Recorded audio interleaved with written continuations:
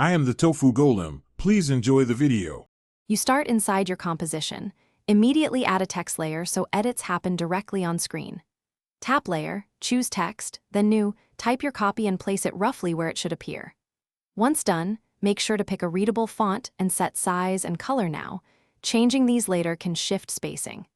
You'll save time by aligning and anchoring the text to guides or an existing layer so subsequent motion and effects track correctly. Now you refine and animate the text so it fits the edit. Select the text layer and open Transform to adjust position, scale, rotation, and anchor point. That anchor controls how animations behave. Then add keyframes for position, scale, or opacity. Use easing to make motion feel natural. You can also add style effects like stroke, shadow, gradient fill, and blending modes.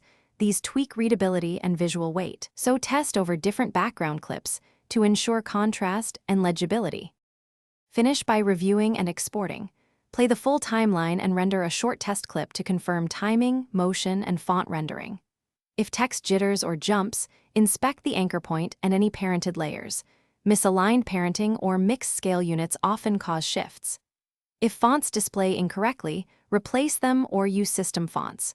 For crashes or export failures, clear cache and update the app. You'll avoid rework by validating one short segment before final export.